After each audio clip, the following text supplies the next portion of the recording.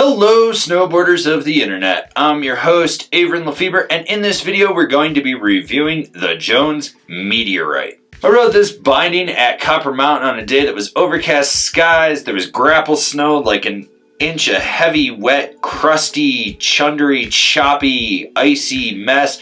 You'd hit those spots where it would speed up, then it would instantly break you, and you know, the groomers were just firm and blah.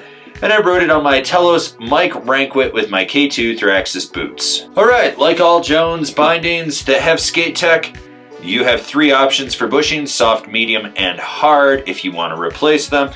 You have twist cams on the toe and the heel strap. The heel strap does have the ability to be taken off and flipped to the other side, so you can have it in surf mode or free ride mode that basically dictates whether you want it softer or stiffer. And finally, you have your forward lean adjustment. Push down, slide it up and down, there you go. Not a lot of adjustability on these bindings, but it's enough for it to work.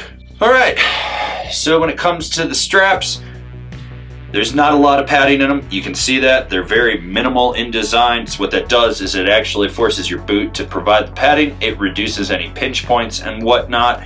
What I like about the heel strap is that you can flip it from surf mode to free ride mode based on whether you want it softer or stiffer. I rode it in surf mode, which just makes it a little more loose, gives you a little bit more lateral play at the top of the strap, in my opinion. Anyways, the toe strap has a small cutout. This is probably the best toe strap that Jones has done. It just seems to work. It's very minimal. You can put a snub nose, a round nose, or a blunted nose boot through there, and it's just gonna lock in at the end of it. Overall, the straps do their job. They do their job well. There's not much more to really say about them. All right, so the ratchets work. You got your one finger quick release on the heel. You do have a push down on the toe. It takes a little more effort than the heel one to release. Put a one finger quick release tab on there. It makes it more uniform. It works better that way. They climb well. They stay locked in. That's all you really need to know about them. All right, so the high back is a little softer. It's not the softest high back in the Jones lineup, but it is softer, so when you push into it, you end up with a little more give. You do have that wing on there, so it kind of cradles the outside of the boot when you're driving into a turn, but it still has that give. This is basically part of their Surf Series binding, so you kind of expect it to be softer. The forward lean adjustment, flip down, slide it up or down based on where you want it. Pop the tab, it's locked in. It's a high back. It does high back things. It works. There is a little bit of forward lean in that high back, but due to it being so soft, you don't really notice like it's forcing you to bend your knees because you can just really push back into it. When it comes to the flex of this binding, it's right around the middle of the road. You do get a little more give in the heel strap if you put it in surf mode. The high back's a little bit softer. So when you're driving into a carve, you can feel that there's some give. Now, where you get your precision from this binding is from the chassis. You can just feel that toe to heel power transmission more abruptly just due to the skate tech. It just gives you more power down into the edge. It also decreases some of the lateral play, so you end up with a little bit more lateral drive. If you run the heel strap in surf mode, that does kind of compensate. Not fully, but kind of, so you can just have a little bit more play in there. So this binding is somewhat lively, and by that I mean there's a little bit of dampening, so you don't feel as much chatter with it, but you're still going to feel an abundance of it, so keep your knees bent. Just be aware that that kinetic energy kind of comes up.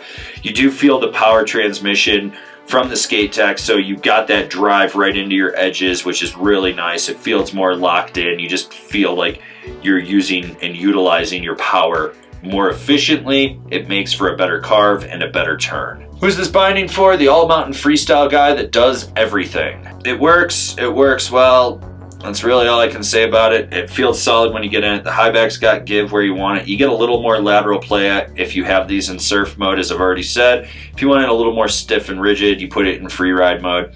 For what it is, it works. You really can't ask for more. Comparable bindings, the K2 lineup, the Union Ultra, the Ride C6. This has been my review of the Jones Meteorite. Do you agree? Do you disagree? Do you own a pair? Are you going to buy a pair? Leave me a comment down below. Let's have a conversation about this binding. If you're new here, remember to subscribe, click the bell, get those notifications. That way you're not missing any of the videos we got coming out for all you snowboarders of the internet.